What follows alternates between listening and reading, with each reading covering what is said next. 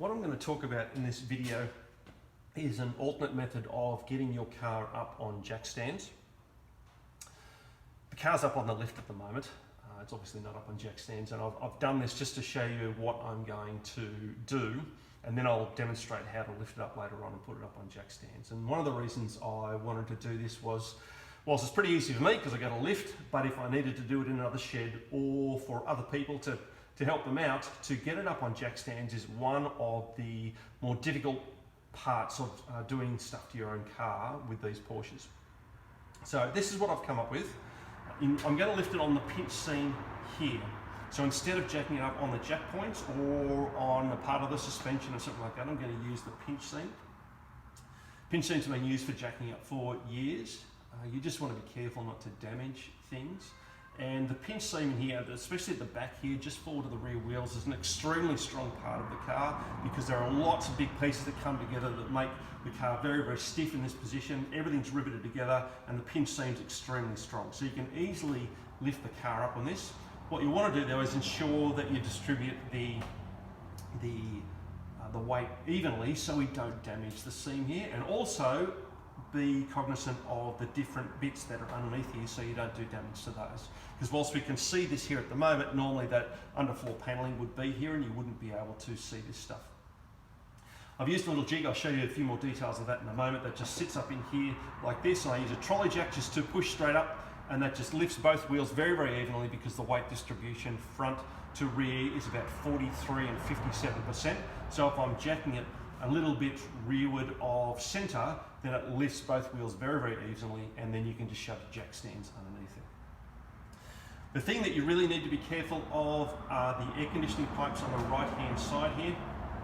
And when you make a jig or some sort of tool to help you out if you're going to do this, then the thing to be careful of is making it so it doesn't impinge here. It needs to be the correct dimensions, and I would suggest when you're making this that, I'll give you some guidance on what I think is right, but pull the underfloor panelling off, come up with something that is going to go in here and not touch that at any stage, because then you can easily lift. There's no problems on the outside or rearward of this, you've just got that underfloor panelling.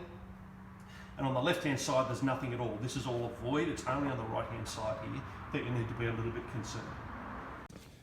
So the jig that I've made to do the lifting, I've just pulled out this cup at the top of the trolley jack. The hole here is 30 mils, so I've just found a piece of pipe that's a little bit narrower than that, made it long enough so it sticks out the top here a little bit, so when I drill a hole in the bottom of this, that's not going to move.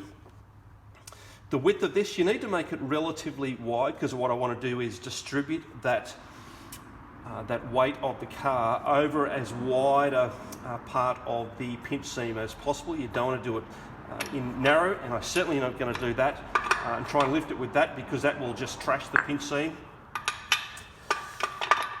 The height of this, you'll have to look at your own car, but this, from when this was off, that was about 10 centimetres from top to bottom.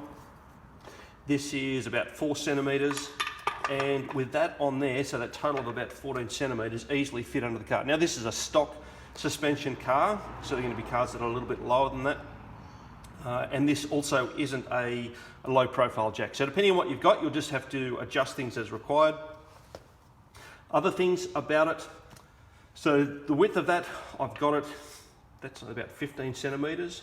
If I had a piece of timber that's a bit wider, I probably would use that, but the problem I've got is it's probably going to impinge on my jack a little bit, but you've just got to use as wide a bit as possible. The slot that I've got here, the pinch seam itself is about 5 millimetres wide. So I've made this about 6 millimetres, and it doesn't need to be very deep. It's only about 4 or 5 millimetres deep.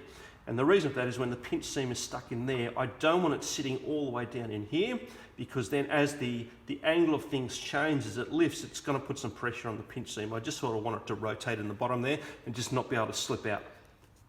Also, you notice that the inside portion is chamfered off, and the reason for that, not so bad on the left hand side, but on the right hand side there are some air conditioning pipes that run forward from the engine on that side, which sit underneath the underfloor panelling.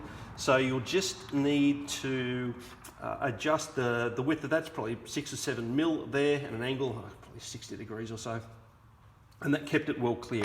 Also, you can see there's a whole bunch of bolts in here.